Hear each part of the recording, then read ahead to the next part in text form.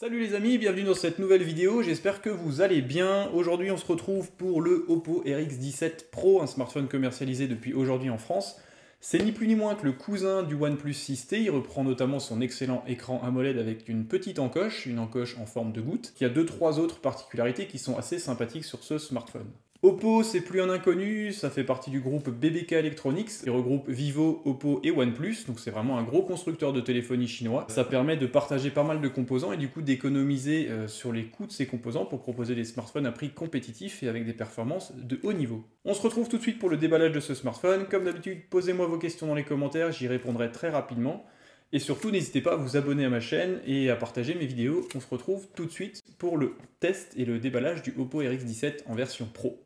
Premier point, le coffret de ce smartphone est assez massif, il est assez sympathique, on sent qu'il y a un bon produit à l'intérieur, les couleurs sont assez cool, il faut savoir qu'il est disponible en deux versions, vous avez une version qui s'apparente à du Twilight, assez classique aujourd'hui, un second coloris qui s'appelle vert émeraude, qui est un vert un petit peu clair, proche du vert bouteille. Qu'est-ce qu'on peut voir sur la boîte? On voit immédiatement que c'est une version 6 Go de RAM avec 128 Go d'espace de stockage, vert émeraude comme je vous l'ai dit, dual SIM bien sûr, la marque Oppo sur le côté, donc comme je vous l'ai expliqué, Oppo, gros groupe rassemblé sous la firme BBK Electronics avec OnePlus et Vivo. C'est vraiment une grosse entreprise de smartphones en Chine.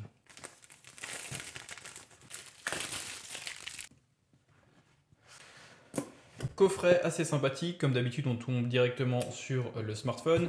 Je vous l'ai dit, c'est vraiment le cousin proche du OnePlus 6T, donc on retrouve également ce capteur d'empreinte sous l'écran, écran 6,4 pouces AMOLED. C'est vraiment des smartphones relativement proches, si ce n'est le dos qui est un petit peu différent. On remarque immédiatement qu'il y a deux capteurs photo, et ça n'est pas un capteur photo, mais une caméra en fait, c'est un capteur TOF qui servira à modéliser des objets en 3D, un petit peu comme ce que propose Sony sur ses différents Xperia. Le coffret est assez coloré, c'est assez sympathique.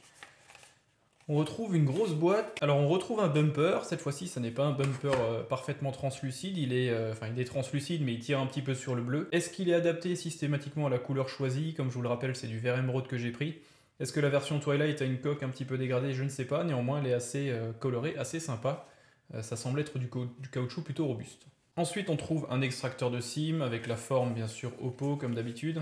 Un guide de démarrage rapide avec les informations liées à la garantie. Ensuite, on tombe sur des écouteurs qui sont en USB type C, donc ça veut dire que ce smartphone n'est pas équipé d'une prise mini jack, on en a l'habitude, c'est exactement la même chose que sur le OnePlus 6T. Généralement, les écouteurs Oppo sont plutôt de bonne facture, ceux-là ont l'air d'être parfaitement dans la droite lignée de ce que nous propose ce constructeur. On trouve l'énorme bloc chargeur SuperVOOC, alors ce smartphone peut charger de 0 à 100% en 1 heure ou moins d'une heure. Vous pouvez gagner facilement 50% de charge en 15 minutes, donc c'est vraiment un chargeur qui dépote. C'est le gros point fort de Oppo et il avait été mis en avant bien sûr avec le Oppo Find X. Et ce smartphone, le RX17 Pro, ne déroge pas à la règle. Et pour finir, on tombe sur ce câble USB type C. Il semble être relativement costaud et relativement long, ce qui est toujours agréable quand il faut recharger son smartphone, d'autant plus que celui-ci se recharge très très vite. On a fait le tour des accessoires fournis avec ce smartphone. Je vous propose de passer directement au design de ce superbe smartphone RX17 Pro.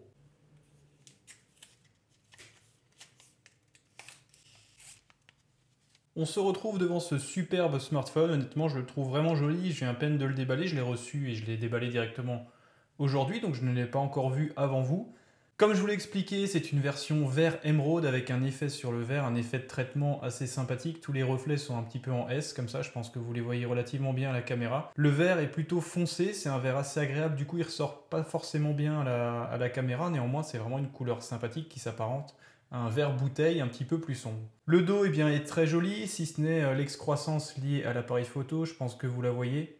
Comme je l'ai expliqué, ce smartphone est équipé de deux capteurs photo, donc il y a un capteur photo de 12 mégapixels avec une ouverture allant de f1.5 à f2.4, donc comme sur le Galaxy S9, il y a une ouverture qui est variable, c'est assez rare pour être précisé, notamment sur un smartphone de cette marque-là. Il y a un second capteur de 20 mégapixels avec une ouverture constante à f2.6, et ensuite un troisième capteur qui n'est pas un capteur photo, mais qui est un capteur TOF, donc un capteur TOF, qui servira à modéliser des objets en 3D et à mesurer la distance en fait entre un sujet et la caméra. Il n'est pas encore actif, il sera activé visiblement lors d'une prochaine mise à jour. Donc c'est une optique à ouverture variable et c'est assez sympathique, on peut même voir le petit marquage f1.5 vers f2.4, ce qui permet d'optimiser un petit peu l'entrée en lumière et de ne pas saturer en montée en ISO.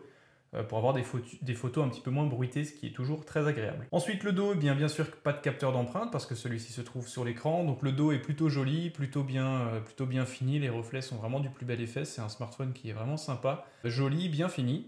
Sur la face avant, c'est comme le OnePlus 6T, on retrouve cet écran de 6,4 pouces, définition 2340 par 1080 pixels, ce qui nous donne une définition supérieure à 400 pixels par pouce, largement suffisant pour 99% des utilisations que vous aurez à faire avec ce smartphone. Bonne nouvelle, technologie AMOLED maintenue comme sur le OnePlus 6T, donc ça permet d'avoir des couleurs très flashy, très glossy et des contrastes infinis. Comme je le rappelle systématiquement, en fait, la technologie AMOLED génère des noirs par absence d'alimentation électrique, ce qui permet d'avoir des contrastes non mesurables. En gros, l'écran est éteint lorsqu'il affiche des couleurs noires. Sur la partie avant, on retrouve également un capteur photo frontal. Donc c'est un capteur frontal de 25 mégapixels. C'est exactement le même que sur le OnePlus 6T. Vous le voyez, il est dans une petite encoche qu'on verra après lorsque l'écran sera allumé. Sur le bord de l'appareil, on retrouve les boutons de contrôle volume qui ont été déplacés par rapport au OnePlus 6T. Sur la tranche opposée, on retrouve un bouton Power. Le dessous est très similaire au OnePlus 6T, on retrouve bien sûr un connecteur USB type C, un tiroir permettant de mettre 2 cartes nano SIM et une grille pour le haut-parleur avec un petit micro extérieur. Pour finir, le dessus, rien de particulier, pas de port infrarouge, simplement un petit micro extérieur.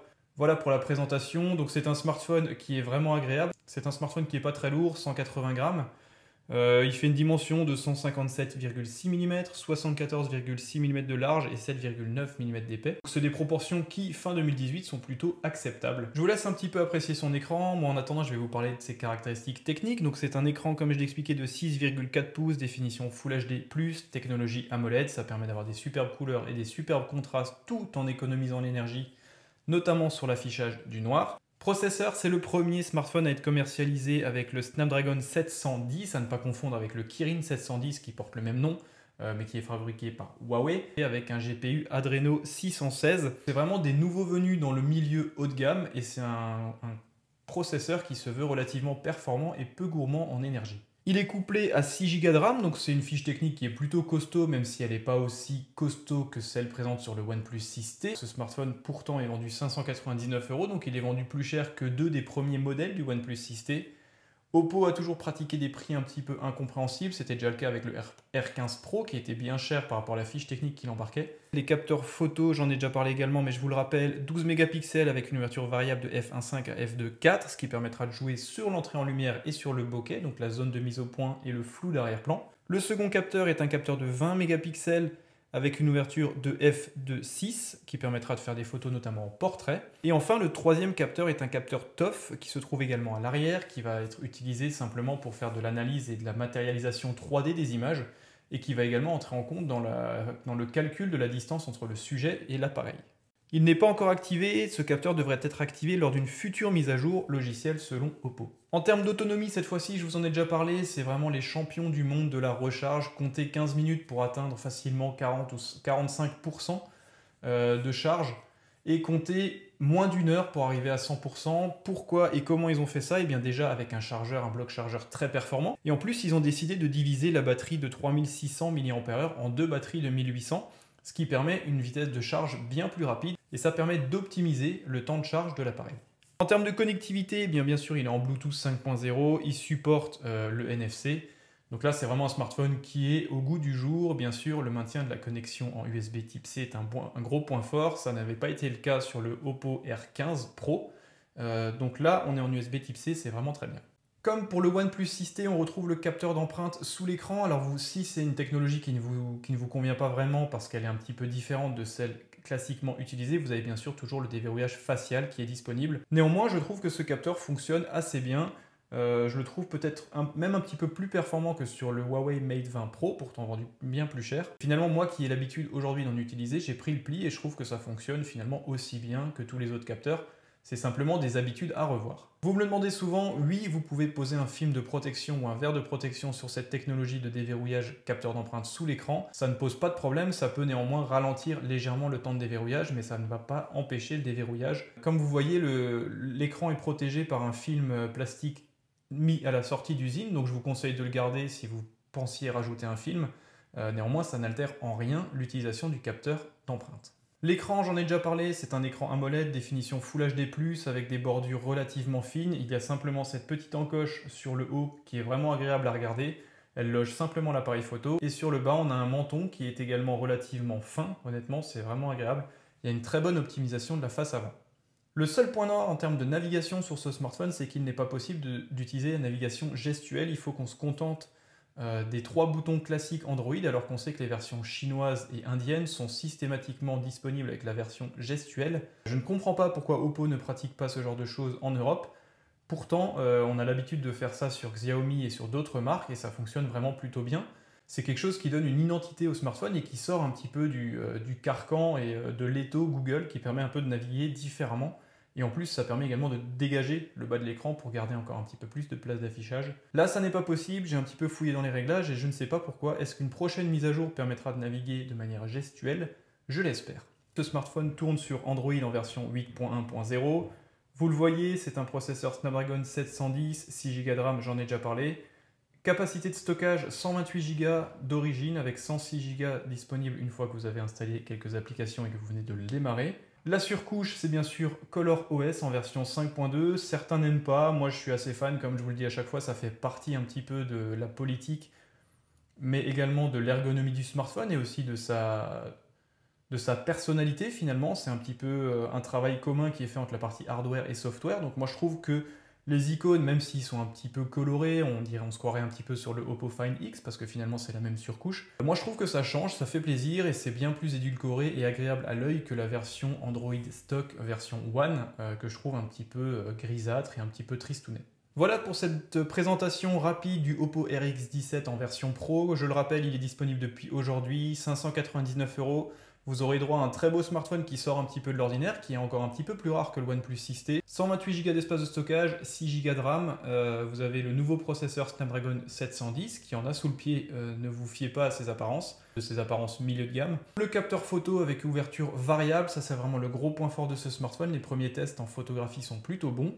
Alors je vous l'accorde, les capteurs photos sur les smartphones sont vraiment petits, du coup ça va être vraiment délicat de constater une différence entre une ouverture à f1.5 et une ouverture à f2.4. Est-ce que c'est vraiment utile en photographie smartphone ou est-ce que c'est plutôt un aspect commercial mis en avant? Techniquement, il est sûr que ça permettra d'apporter un petit peu plus de lumière à f1.5 qu'à f2.4, d'avoir un bokeh un petit peu plus doux et une profondeur de champ plus courte, ce qui permettra de faire des photos de portrait plus sympas. Un troisième capteur qui lui sera vraiment anecdotique, il va permettre simplement de faire des modélisations 3D des visages et de ce genre de choses, un petit peu comme Sony propose aujourd'hui sur ses smartphones. Vous aurez en plus un superbe écran AMOLED, une très bonne autonomie, un temps de charge record. Pour moi, c'est vraiment un smartphone qui se veut très concurrentiel. Néanmoins, il se prend de plein fouet le OnePlus 6T en version 6 Go, 64 Go. Et la version 8 Go, 128 Go, donc ça c'est un petit peu dommage. Je comprends pas comment ils peuvent, dans le même groupe, proposer ce smartphone à 599 €, sachant qu'il y a déjà deux OnePlus 6T au moins aussi performants, équipés d'un processeur Snapdragon 845, je le rappelle, qui sont vendus moins cher. Après, le design est légèrement différent, la personnalisation du smartphone est également légèrement différente, et la possibilité d'avoir ce double capteur photo plus un capteur 3D, entre guillemets, c'est aussi un petit peu une personnalité qui peut faire pencher la balance lors de votre achat. Je vous remercie d'avoir regardé cette vidéo. Comme d'habitude, posez-moi vos questions dans les commentaires si vous voulez que je fasse des tests particuliers par rapport à ce smartphone. Si vous avez des questions sur d'autres téléphones, j'y réponds relativement rapidement. N'hésitez pas à vous abonner.